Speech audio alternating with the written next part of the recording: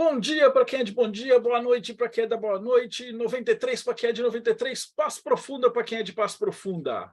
Hoje a gente vai falar sobre Aleister Crowley e a gente trouxe um especialista inglês para falar sobre uma vida dedicada a ele. Ele visitou a abadia, a gente vai ter muita história de Crowley. Mas você vai precisar colocar aqui, turn on subtitles e depois translate to Portuguese, para entender o que a gente está falando. And now I will speak in English. Welcome, Aron. It's nice to see you. Very nice to see you guys. Really nice. Thank you for inviting me on. It's a real pleasure. It's nice to see such lovely, friendly faces. I'll just introduce to the other members of we call it Boteco. It's like a pub here in Brazil. The name of the show. So we have from Pedra de Afiar, Paulo Jacobina. Hi guys, nice to meet you, Aron. And it's fantastic the opportunity we have aqui. Oh, bless you. From Conexão Pagã, André Correia. Hello everyone. Hi Aron. Thank you for being here with us. Sorry about my English. I don't speak English, but I tried. I want to hear and learn a lot with you tonight. Thank you for being here with us. Absolute pleasure. Your English is better than my Brazilian. So. And directly from Japan, Robson Belli. Hi guys, welcome Aron, and I am happy and anxious to this moment. Thank you very much. The same for me as well. From Rio de Janeiro, we have Thales Azevedo. Hello, everybody. 93, Aron. It's a great pleasure to be here with you to listen you about the life and work of Aleister Crowley. Thank you. Thank you very much. Yeah, lovely to see you too. And from Salvador, Bahia, we have Barbara Knox. Hi, everyone, 93. I'm really looking forward to learning more about my dear prophet, Aleister Crowley, from Aron. So how wicked was the wickedest man in the world? We'll see. Hi, nice to see you. Thank you. First to introduce you, Aron Paramor. His grandmother was a high priestess in Wiccan religion. His mother is a pagan priestess that we have interviewed her, and she's a wonderful person. We spent almost 2 hours talking to Susan.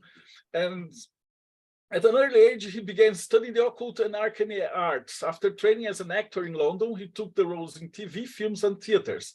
In the 90s, Aron formed the Stratagem Theatre Company and performed Stephen Berkoff's works and physical theater adaptation of Crowley, Poe, and Maupassant, including a play written especially for the company by Crowley's supposed son, Amado Crowley. We'll talk about this in the show. And the play called Fishers for the Moon received national TV news coverage. 1996, Aron made a pilgrimage to rediscover the abandoned abbey of Telema in Sicily and spent time removing the whitewash from the walls to reveal Crowley's painting underneath. After writing a magazine article about the experience and meeting filmmaker Kenneth Anger, he was approached by Channel 4 and became the presenter of the Masters of Darkness series, filming the Aleister Crowley documentary and Dr. John Dee documentary, and traveling to Egypt, Sicily, and Eastern Europe. Currently, Aron resides in the Scottish Highlands and remains committed to his lifelong passion for the occult. He's currently preparing a lecture on Crowley, focusing on Cefalu and his experience there, including the paintings he uncovered during his stays in Sicily. Welcome to the Boteco, Paramor. Hi. Hi. How are you guys? Very nice to see everyone here. Well, the first question that we ask to everyone here is, tell us about your life. Usually, like you were a child and you go to the church, and then you meet the devil, and now you talk about the devil himself. How was that? Well, my mother first sort of was a palmist, and so she would read people's palms, and I found that absolutely fascinating. The crystal ball, the little tent, the little shawl she wore and stuff, and it was just the mystique of it was fantastic, and I became just interested in everything from ESP to the occult to hidden knowledge, and that there was some feeling that there was something more than the physical world at an early age. And I then, I like the idea of, I was brought up in a, Christian kind of environment and school. So the idea of Christ and God and the devil, but I just naturally sort of felt an affinity with the devil, with Lucifer, and the idea of the fallen angel and the rebel. Very important. I was a big rebel at school, terrible. And also there was nothing really about the devil really. So I in my religious education essay, I actually did an essay on Satanism, because there wasn't really anything written then. I think the Church of Satan was about, but there wasn't much literature, when I was younger. So I wrote my first essay on Satanism, and then that sort of moved on, and I discovered this guy, Aleister Crowley. I'd heard about him, and my father said to me, "Do not waste your time on that upper class fool. He was a maniac. He thought he was the devil, and just don't waste your time with that son." So immediately, because my father had told me it was forbidden and I shouldn't do it, I went out and bought as much as I could, and ended up reading anything I could get my hands on by the great beast, and that took me down a lifelong path really of adventure and discovery, and just all sorts of things really. Just so that's how it kind of unfolded for me. Again, the rebel in me, tell me I can't do something and I'll go and do it, that attitude, which is quite a Thelemite sort of attitude really. And you were in a family that has several wizards and a witch, at least your mother, and they consider Crowley the devil. Here in Brazil, we have mostly Catholics and Protestants. So if you say something about Crowley, you will immediately be said you're evil. Right. Okay. But coming from a family of witches, is he so demonished? Demonished, is that a word? It's like the devil. The devil.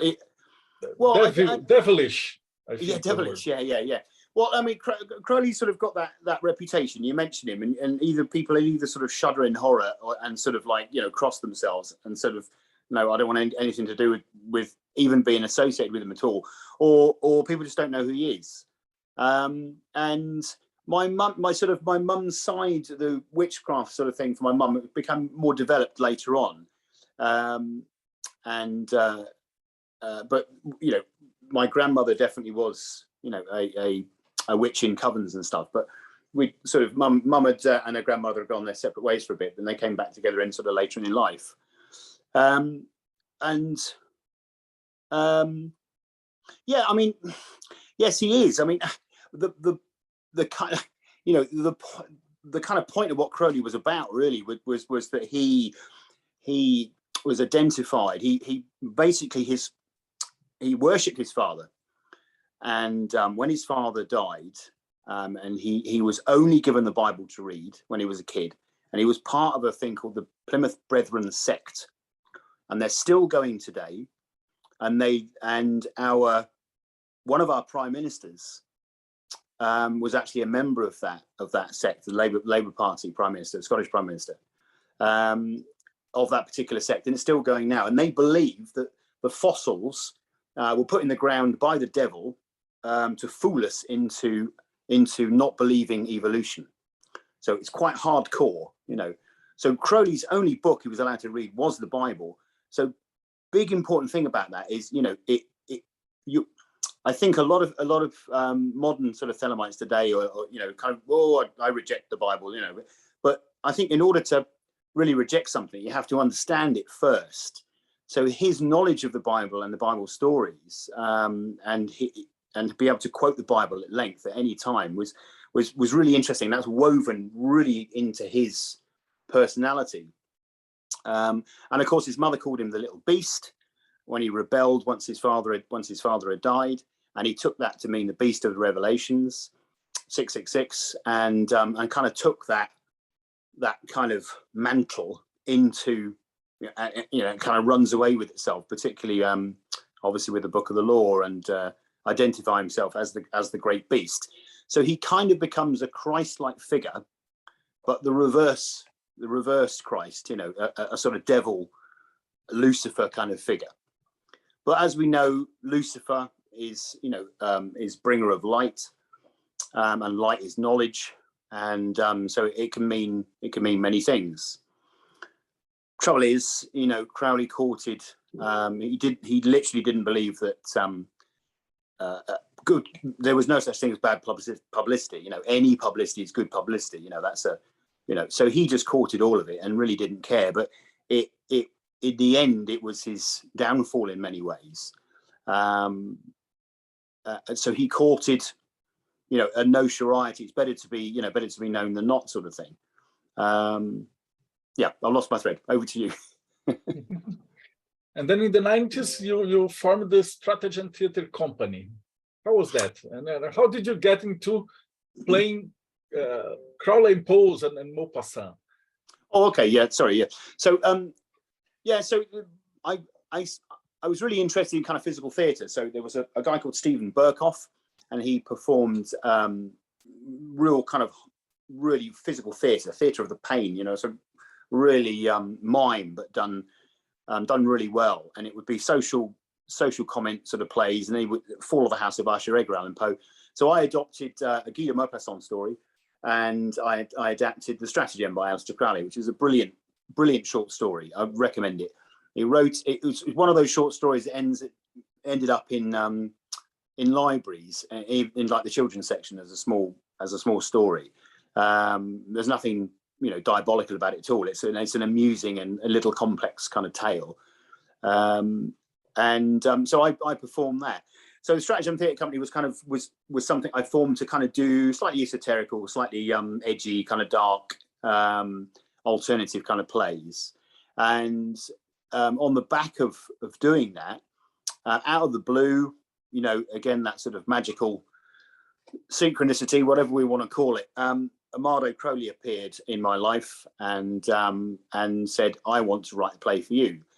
And so I kind of went with it. I said okay, and he came back with the play, and it starred Gerald Gardner, Rudolf Steiner, and Aleister Crowley in an old people's home, and it was the end of their life, and they were talking and discussing amongst themselves, and we performed it on 3 chairs, and it was very sort of physical and all the rest of it. And I was a lot younger those days. I was the Archangel Gabriel, and I came down a big set of escalators. It was all filmed with angel wings on and in a loincloth, and I come down to meet 3 guys in an old people's home, and it was received really well. I mean, it was controversial, so it got some TV coverage about where it was and stuff. It was a tiny little theatre in London, and but I got really good praise for it, and I also got absolutely torn to shreds by occultists and other people saying, "Oh, you shouldn't be doing this. You can't make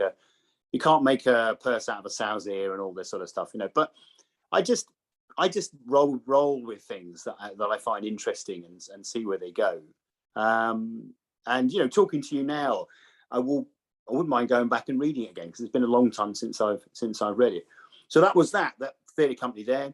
And then acting roles in various films. I was in Luc Besson's The Fifth Element, and I bashed Johnny Depp over the head with a truncheon in Sweeney Todd and various bits and bobs. And then with that money, I would fund the theatre company, or I would go off and do something crazy. And the crazy thing that kind of started the ball rolling on that was going to Cefalù, Sicily, and rediscovering the Abbey of Thelema out in Sicily, which hadn't been found or hadn't been really visited since Kenneth Anger, the famous filmmaker who worked with all sorts of people, worked with Mick Jagger, did the music for him, and Jimmy Page particularly, a huge relationship. And Kenneth Anger's films, subliminal masterpieces, and in it, so many characters, so many people. Cameron, the Scarlet Woman of Jack Parsons, is in it. And there's even Anton LaVey is in a moment in I think Lucifer Rising. But he went in there. He went there in the 50s, and I think it was the 50s, and he did the same as me. He took the whitewash off the walls and photographed what was under there. But they're all black and white pictures because there was no color film. So I went out and spent time out there and photographed what was there. And that really started the ball rolling for the next thing. Was out of this role, Channel 4 came and sat down with me and had a chat and said, we'd like you to go out there again. I was really wary of it because it's one thing to do what we do and privately have an interest and write something and all the rest of it, but it's another ball game to go on national TV. You remember there's only 4 channels back in that day. There was no more than that. So I'd have been on national TV talking about and kind of advocating for the great beast, and I would be exposed to all sorts of crazy people who were angry with me, or people that were just slightly off the rails and all the rest of it. So I wasn't sure if I even wanted to do it. However, I ran with this one as well, and that went really well. And we filmed in Cefalù, Sicily, and we covered Crowley's life there and what it was like. And then that sort of finished. And then they rang up about 2 weeks later and said, look, this has worked really well with you presenting it. Would you like to come to Egypt and do some more about Crowley reading and the inception of the Book of the Law? So I said, give me 5 minutes. I'll just check my diary. Yes, I can come. And so we were off to Egypt, and that's another story I'll go on to later on if you like. And then from that, we finished that and we ended up in Hastings, where Crowley died. And then on the back of all that, they were so pleased with what they've done. I was then asked to film the Dr. John Dee and Sir Edward Kelly, the Queen Elizabeth's magician, which was hard work for me. It was a lot of reading. I knew about Enochian, I knew about Crowley's connection to Enochian, I knew about John Dee, but I really had to bone up on that. So I remember sleeping with books here and books here, and when I woke up in the morning, I just opened and I kept reading, and then I would fall asleep and I'd read the next book. But that was fantastic. So we went out to Prague, and we filmed out there, and I got to recite some Enochian in the Enochian language. Yeah, it was a very cool thing to do. It was fantastic. Barbs? I would like to go back a little bit and ask you a specific question I've had for quite some time right now. I have the impression that Crowley's fame is worse in the UK than in the rest of the world. Like, I don't know if it's because he's more notorious there than he is in other countries, or because people love to hate him in the UK, but I have this impression that it's worse there. Do you think so? What do you think about this? Like, do people in the UK stick to this idea of the wickedest man instead of giving a shot at the work he's actually done, whereas maybe in other parts of the planet we can be more flexible towards that? What do you think?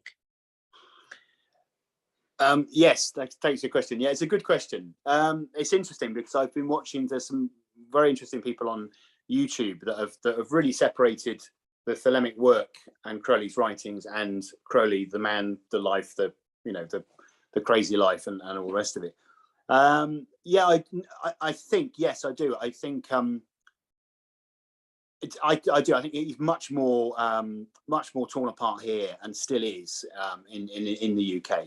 He was a Brit, number one, and something happens when you move something to another country. Things get filtered out that are or aren't important to people, and the church is still, very much against Crowley and what he stands for.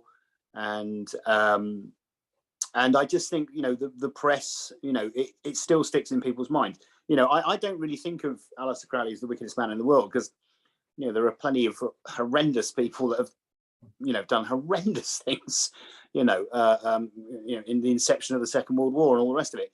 But so he's certainly not that, and it's not something I really think about. But I think that all sticks in the UK's human psyche. I think it's just there, you know.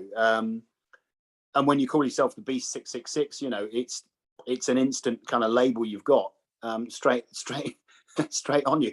And then I think people do, you know, there are families still here. You know, I got to meet Roger Crowley, who was a relative of Aleister Crowley, you know, and he remembers the whole family just rejecting him completely and don't go near him, basically. And he remembers his aunt telling him the story of Aleister Crowley sat in the back of a bus with his raincoat on, kind of at the back, sort of, you know, when he was old, and nobody sitting next to him. And I mean, you know, in Crowley's lifetime, Frida Harris, who did the amazing Thoth tarot deck, you know, beautiful. I mean, we'll talk about that later, but that's just stunning. She was spat at in the street and had stones thrown at her, you know, just by general public. It was that hated. And I think that resonance has probably carried on a lot more here. You know, when anything comes up, Boleskine House, unfortunately, is burnt down up here, you know, and in Scotland. And that sort of notoriety sort of stage, you know, the Led Zeppelin and Jimmy Page owning the house, the Boleskine House, and all that, and the you know, the song remains the same sequence with the red eyes come off and they sort of scooch around, the sort of devil part of all that. Yeah, I think it's sort of stuck in our UK psyche, you know. I think so, yeah, you know. Yes, I would say so. So I would, you know, you take someone's books and ideas and stuff and sort of shift it into another country, and if you don't know who the person is, then his works and his writings kind of filter through first, in a sense, and have kind of less the notoriety is less, I suppose, you know. You said something about his family, and could you tell us a little bit about his supposed son, Amado Crowley? He probably didn't hate him. Right. Well, look, I think look, they've got, people have gone through all this. They've sort of said, look, it can't be right, and he's not this and he's that. He's dead now, so it doesn't really matter now.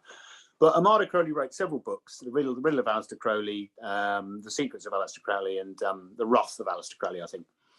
And they're interesting works. And before he was known as Amado, I think he was known as another person in the early occult revival as well. And he claimed he was the illegitimate son, and Crowley had sex with his mum crossing a ferry somewhere, and he was born. And he says that Crowley kind of, you know, took him to various forests and stuff, and passed him through as a baby through a circular stone somewhere in Britain, and various other things as well. And he claims that he has he had the true book of the law, and the actual book of the law was a blind, and he has the real book of the law. So just, I mean, regardless, an incredibly interesting character, and quite, you know, a very interesting and very clever guy, and someone who claims they're Aleister Crowley's son, has written 3 or 4 books, and I think he produced some tarot cards before he died as well. And he clearly had followers, you know, when he, and people who funded the books to be published and all the rest of it, and came to see the play. So he wasn't just some lone person, you know, he had a following. So yeah, so that's all I know, really. That the occult scene, just a bit like someone who comes into the UFO scene and kind of like claims that this, that, and the other, and goes, oh, you know, all the you know, that sort of thing, you know. So he was instantly rejected when he sort of started. And there's a lot of writers and scholars in the occult, and they're sort of, well, this can't be correct because on this date, this, that, and the other, this, that, and the other. So, you know, that was just something I kind of ran with, and we saw where that went. But his books, I believe, are still, you know, I think you can still buy them. All right. Can you tell us about the trip to Egypt? Or Thales, you have a question for that? Yes, just a simple one is the following the same direction than Barbara is in UK nowadays, or even in whole Europe, outside the Thelemic scenario. Do you believe that the Aleister Crowley is more still has the biggest wickedest man of the world, or is more like a charlatan, the biggest charlatan of the world? How do you see Aleister Crowley nowadays in Europe and UK outside the Thelemic and esoteric and occultism scenario? Again, really good question, Thales. Thank you. Again, it's a bit of both, I think. I think the charlatan aspect of it is I think that's very, very strong. I think people thought that, look, he basically did what he wanted to do. He had followers, you know, I think some people see him as a sort of L. Ron Hubbard of the Scientology kind of, you know, or, you know, that sort of thing. Or, like I said, I was saying to Vesta Knox, you know, it's he's evil, cross themselves, don't ever speak his name in my presence, sort of thing, as if you're literally going to have some of that curse rubbed off on you, that sort of thing. So yeah, so I think yeah, I mean that's it really. It's kind of it's still kind of there, and the charlatan aspect, but then the charlatan aspect, you know, it's all part of his character as well.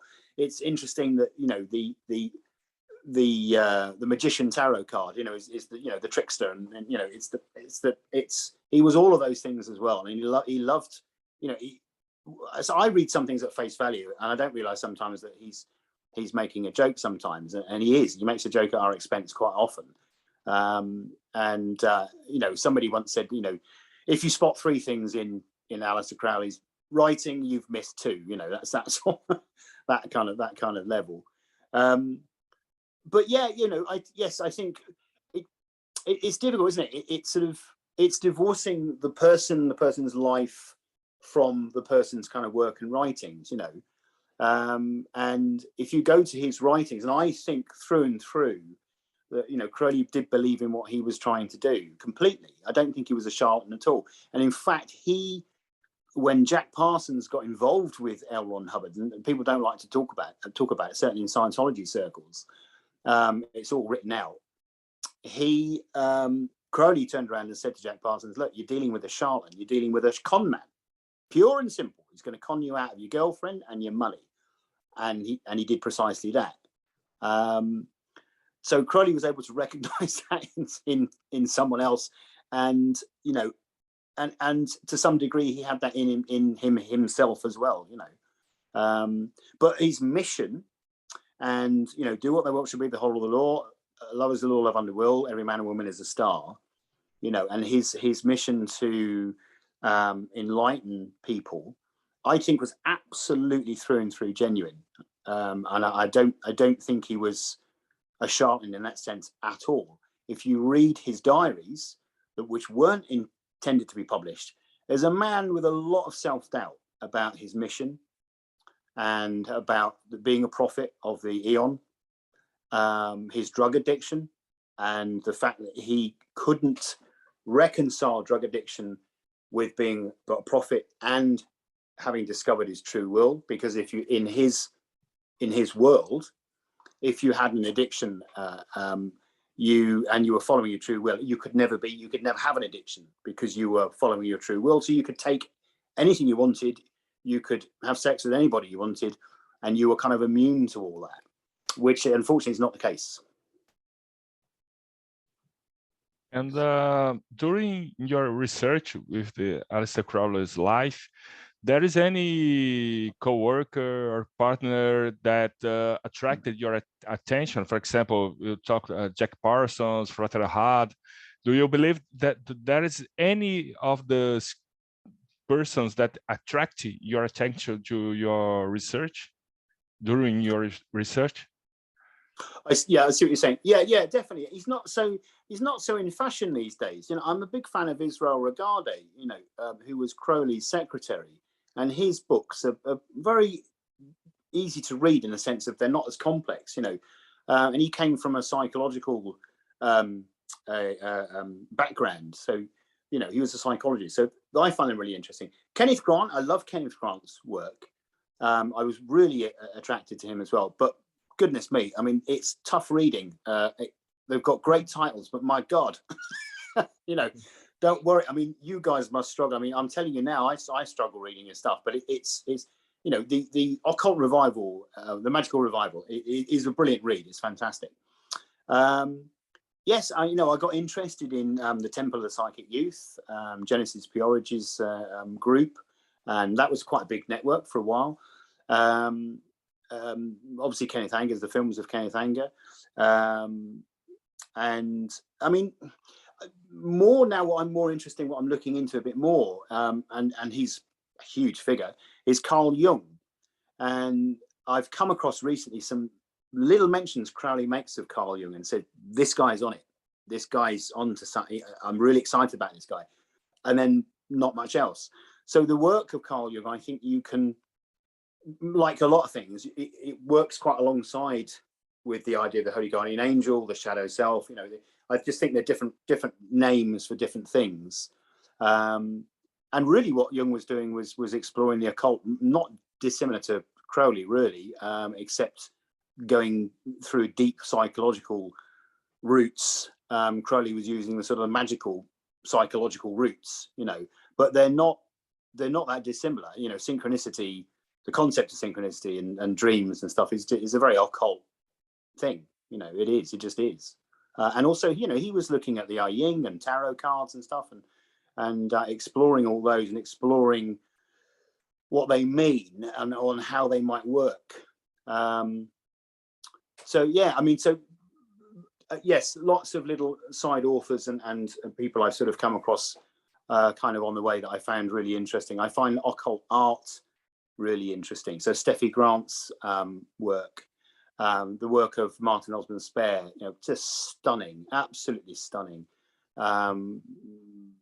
Really beautiful. The automatic drawings, the continual loops and lines and stuff. It's just really, really beautiful. Oh. I have a little question for you. Crowley had a strict family, right? How do you see this influence on Crowley's work? His father, his mother? Yes. Yeah, really, really important. Yeah, incredibly important. So, you know, he would go preaching with his father, and one of his father's tricks was to, so they would go and talk to someone, and they would say, right, what are you doing next? And then the person would say, well, I'm going to clean my car. What are you doing after cleaning your car? Well, I'm going to go and sort of make some money to feed my wife and kids. What are you going to do after you've done that? Well, I'm going to do this. What are you going to do after that? Well, and eventually they get down to the point where, well, then I'll be dead. And what are you going to do then? And sometimes this the way this works, some people looked at their lives. This is Crowley's father, and some people would start crying because they'd realise what was coming and where they were. And then his answer to that was to look at them straight in the eye and say, right, get right with God. And you can imagine Aleister Crowley stood next to his father saying, yes, Father, get right with God, you know. And so that's a powerful, powerful thing. And, you know, and the strict upbringing, you know, having only the Bible to read. Think about that for a second. And we're talking, that is hardcore, you know, nothing else to read except the Bible. Great stories in the Bible, great parables, great, you know, sort of history and stories and resurrection tales, and, you know, just phenomenal.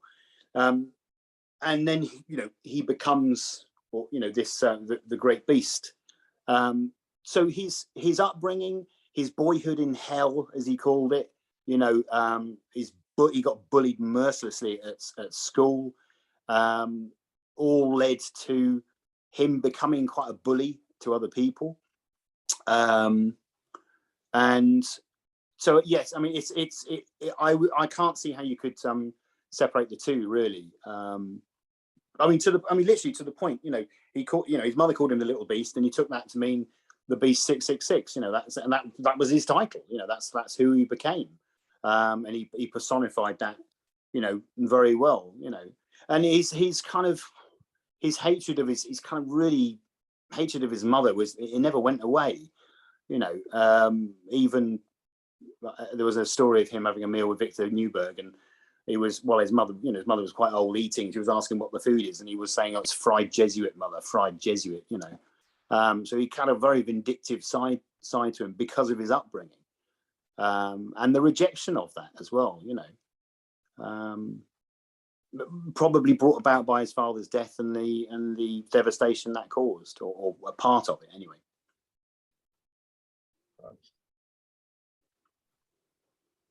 So I'll change the subject a little bit.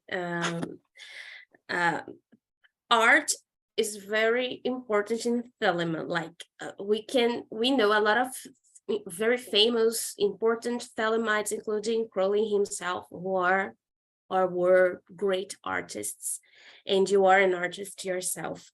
How do you see this connection? Like, are artistic people drawn to Thelema because of Crowley, or because of the law itself, or do you think it's some sort of another thing going on there? And he was a poet, and he wrote plays, and I would like you to talk about that, like his plays, and what is the importance of the drama in Thelema and in the magic system itself. Well, there's a thing called there's a thing called the Renaissance man, and it's this kind of idea that we really can try our hands at anything, you know, that it's not something that's exclusive to, you know, as human beings, we are powerful and creative, and the creativeness is very much what makes us human. And by being creative and by that process of creation, it brings us closer to God, the universe, the divine. And so that's a very important part but it's an important part of regular religion as well. You know, religious iconery. William Blake, who did the incredible paintings and the engravings of Lucifer and the Great Dragon.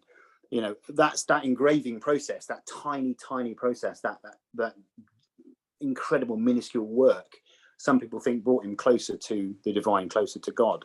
So that is a major part in it. And I would look I think, you know, Crowley, when he painted, I think it's really interesting because I think Crowley's paintings are actually really avant-garde, and they're kind of raw and kind of beautiful, and I think those are the things.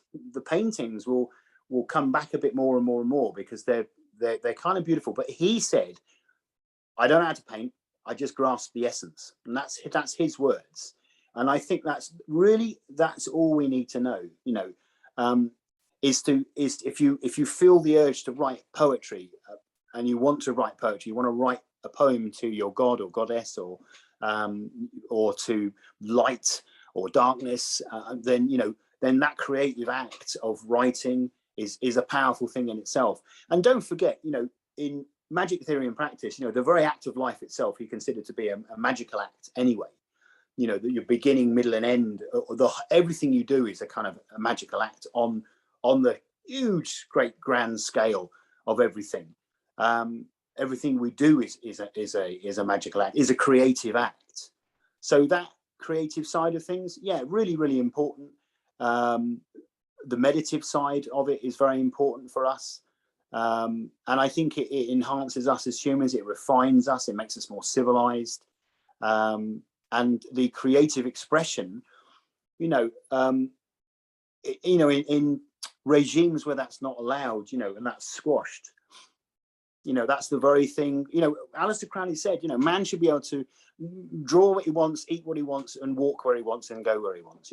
Great ideas to wander where you want. There is to wander the earth, and we can't do that. There are places we can't go, and our governments stop us from going to places, and we're not free to wander the globe and all the rest of it. So they're great kind of ideas. And that, the very act of, sex is an act of creation, art is an act of creation, writing poetry, painting, all of the arts are kind of expressive. But if Crowley would probably say that, if they're linked or moving towards the divine, that's what was important to him. Agape, which is Greek for love. Love is the law. His idea of love was divine love, the love of the divine. That was really what he was kind of aiming for, and somehow just locking into the universe, and the universe will unlock itself. In Magic Theory and Practice, he talks about someone who's not found their true will. They're like a man in a state of constant civil war. Once you do find your true will, and whatever that is, the world begins to flow better. And I think that's a bit like the way of the Tao. Very, very very similar thing. That one of his it's interesting. His literature is interesting as well. The Scrutinies of Simon If, which is a kind of detective novel. It's a bit like Sherlock Holmes, but his character in that, Simon If, he solves the mysteries by doing nothing, because he's so finely in tuned with the flow and the way of the Tao that he's able to solve these mysteries as they kind of happen. They kind of come to him. And in my experience of this, I liken it to a bit like a sort of a spiritual wax, that as it heats up, the wax begins to melt and flow, and all of a sudden your life begins to flow kind of with that that kind of almost beeswax, kind of that's been my experience anyway, certainly at the moment.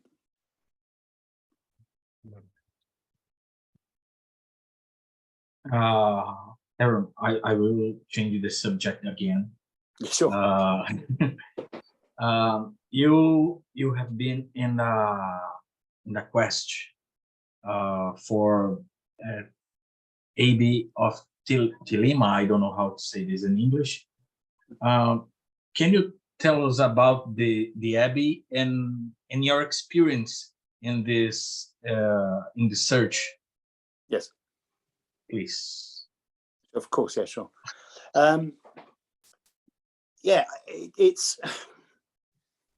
think it's really interesting because Crowley he consulted the I Ching, and he picked Cefalù with Leah Herzig, and off they went. What's really revolutionary about this, and this is an interesting thing, is really what they did in the sort of 20s was form the first commune, which is a very 60s thing. 1960s, everyone was having communes. And Genesis Peorage of the Psychic TV and the Temple of Psychic Youth, when they were going, in an interview with him, he said, look, the communal living part for him is a really important part of magic. And that was his kind of angle on this, that the communal part of living was important, that you're sharing things with other people. So when I went to the Abbey and found it and spent my time there, I was also spent my time in Italy and also Sicily, and in Cefalù itself, which doesn't really change much at all. So it really wasn't that much different to when Crowley was there. Really old streets, preserved exactly as it was, people kind of living exactly as they were, people growing up, meeting people from the end of the street, marrying them, and then the families carrying on and all that. So that kind of life is very that rural and I don't want to say peasant life, but that kind of simple life was very, very seductive. And I still think about it now, in the modern world we live in, that really being able to climb the Rocker, going to see the sand cathedral that was there, learning about history of the place, the simple life that they led, saying thelemic grace before eating, and the salute to the sun, and meditation, and the various practices, and encouraging everyone to paint and swim and be healthy, and you know, and all the rest of it.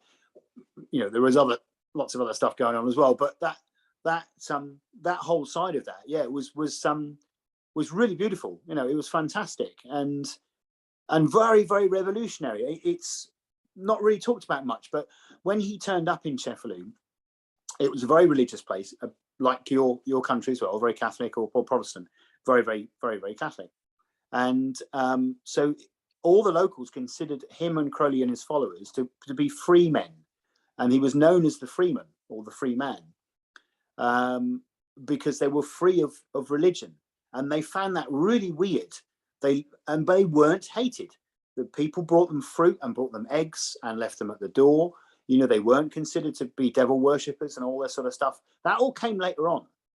When they were living there at the time, they were well looked after, and the women looked out for each other. And the local barber loved them incredibly, loved them like you wouldn't believe, because Crowley would send his followers down to get their heads shaved, and the little phallic forelock will be left. So the local barber made plenty of money out of the Thelemites when he could. And the local men were obviously were intrigued by, you know, this kind of free love lifestyle that they had as well. But they, as I said, they weren't booed out of town or kind of, you know, or shunned at all.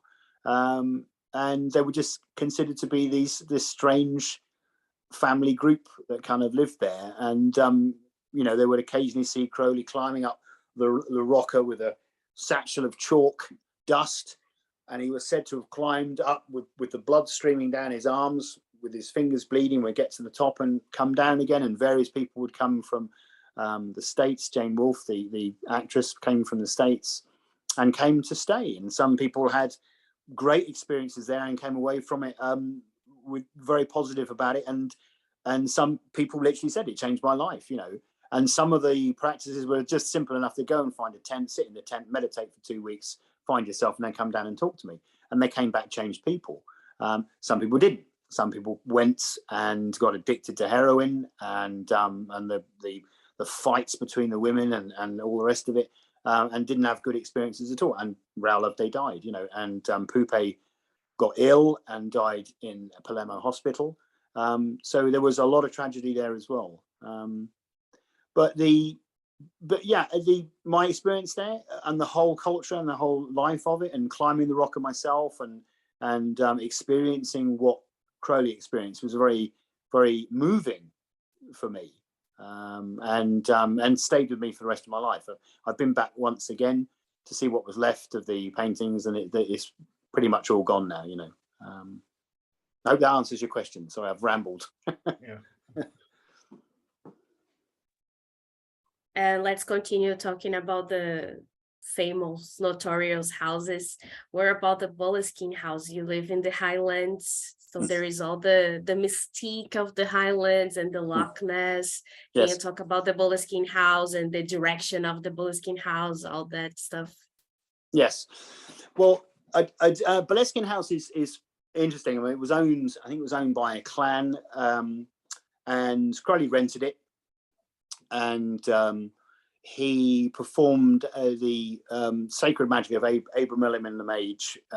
And it's a 6-month ritual, and so he began to work that ritual.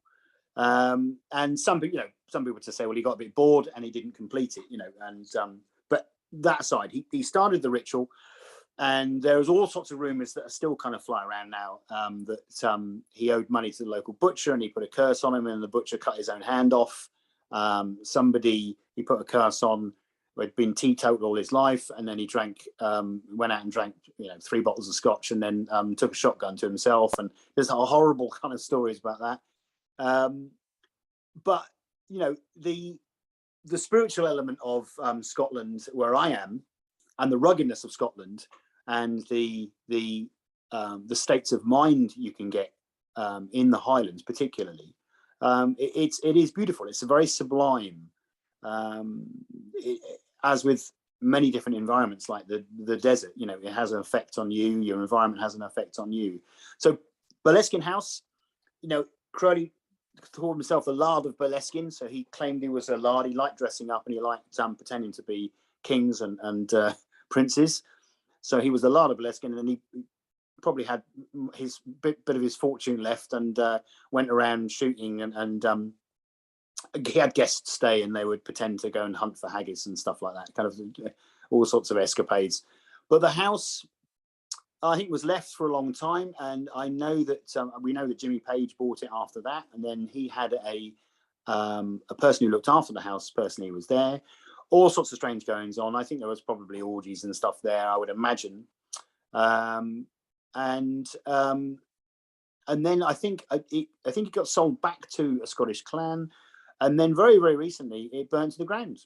You know, a real sort of mystery. I think the fire started somewhere, and I believe the people who've bought what's left of it are going to build it up, and I think they're going to turn it into some sort of spiritual center and a library, I think, which sounds pretty ambitious. But yeah, that's that. I mean, what's interesting for me is it overlooks Loch Ness. Loch Ness is stunning, absolutely stunning, and I'm quite interested in the work of Victor Neuberg, who became Dylan Thomas's literary godfather, and so he has his magical initiation there, and so his diary, which I have, you can get it. It's hard to kind of get hold of. It's in some university somewhere, but I got a copy of it, and it's fascinating to read. It's you know, you've got Crowley's little notes and what they do and what they get up together, but he does achieve, you know, a state of mind where what's the point in everything? The world is this, the world is that. It's beautiful, but you know, so he achieves a kind of a Buddhist state while he's there, and Crowley kind of recognizes that, and their kind of journeys carry on together. You know, they go on to the desert to perform Enochian working and stuff like that. But yeah, the Scottish Highlands, very rugged, very raw, nature as it is intended, and yeah, you know, it's not something I've delved into enough, but there's a lot of folklore up here, a lot of not sort of witchcraft like we know, but kind of folklore and tales, and a lot of mystery, and a lot of ghosts and spirits, probably like Ireland, not much different, I don't think.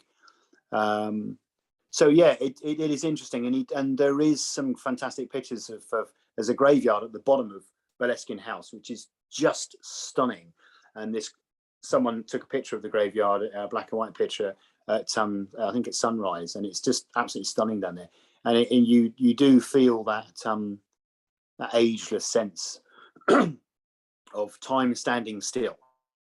That's what I felt when I was there. We have two last questions. The first one is, what have you been doing lately, and how can we find you? Yeah, sure. Well, really, I mean, I did the documentaries for Channel 4, and then I was asked to do some work for Jamie Theakson's Forbidden Histories, and that was about Satanism, witchcraft, and Crowley and his relationship to Satanism, and I think they sort of wanted me to kind of say, well, yeah, Crowley was a Satanist, which he clearly wasn't. Far, you know, kind of far from it, you know. So I kind of held up my end of the bargain on that one, and said that no, he wasn't a Satanist. He was a, you know, big part of the Western magical tradition. And then I have carried on my sort of, you know, readings all the time. Sort of, I love reading and picking up various books and stuff.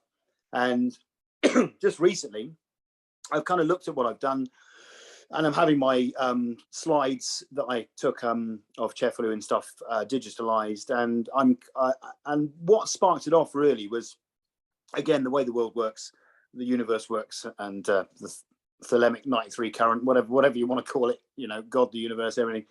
I was asked to write a chapter for a guy's biography, which is quite unusual. It's Alexander Cabot, and it was Touched by the Goddess. It's well worth the read. I think it's oh, there you go. We interview him. He's a great guy. It's very good. And I really poured my heart and soul into writing my chapter into that, and to really help Alexander out. And I was very flattered he asked me. And I rediscovered that I wasn't as bad at writing as I thought I was, and I actually felt like I had something to say. So I'm you know, hand on heart, I'm really, really pleased I did it.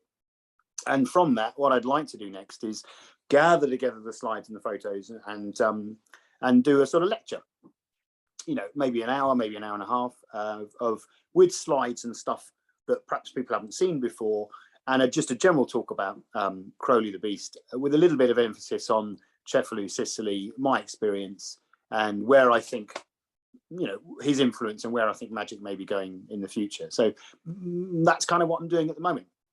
Again, not really planned, very organic, very kind of, you know, let's see what happens. And you know, you asking me on this podcast is part of that funny snowball that just keeps rolling. So we have seen the Master of Darkness. Yes, it has 4 episodes. Now, one is Rasputin, then Aleister Crowley, Marquis de Sade, and John Dee. And we have some of these episodes are on YouTube. So I will put the link not above, below. And if you, the people who are listening to us, if you want to see one of these episodes, you can have it in the list here. They're very interesting. Yes. Well, it's the Masters of Darkness Channel 4, and I think it comes up, at least 2 of them come up, the Crowley one and the Dr. John Dee. The Rasputin one, I think we did do one about Casanova, but I don't think they made it in the end. I did some work on that one. And then the Forbidden Histories are quite interesting. That's a what's it called?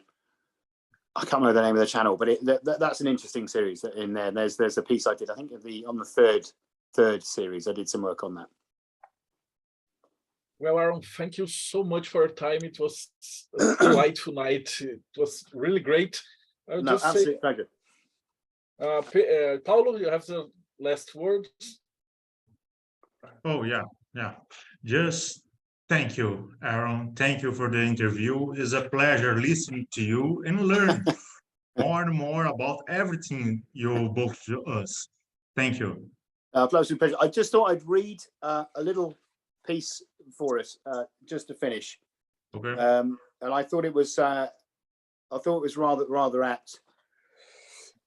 So this is Crowley writing about himself, and I thought it was just kind of sums him up. I thought it was quite nice. So, my life has been a delirious dance to maddening music. With incarnate passion for my partner, I have attained all my ambitions, proved myself at every point, dared every danger, enjoyed the ecstasy that life has to offer. From this look upon life with enlightened eyes, I sought and found, and then I set out to seek those who seek, that they might also find. And I guess that's us. Yes. Beautiful. Barbara, your last words. Thank you. It was amazing. I could listen to your stories and impressions for hours. Thank you. Thank you for your time. It was amazing. Absolute pleasure. Thank you. And André Correia, your last comments. Aron, thank you so much for being here with us. The conversation was amazing, very rich, and a show of knowledge. So I'm a big fan of your mom. And now to know you and listen and learn with you was amazing too. Thank you so much. Thank you, Andre. We spent almost two hours talking to Susan, and she will be back in the program because she knows so much. We couldn't talk about everything, and she promised that she will be back here. Thank you so much. And to all of you that has been listening to us, don't forget to follow the channel and press start. YouTube is promoting only channels that has 10 minutes and people dancing now. So interviews and long programs are hard. So if you are listening to us, please subscribe to us, press the like button, e a gente vê vocês no próximo Boteco dos Illuminati. Bye. Bye-bye.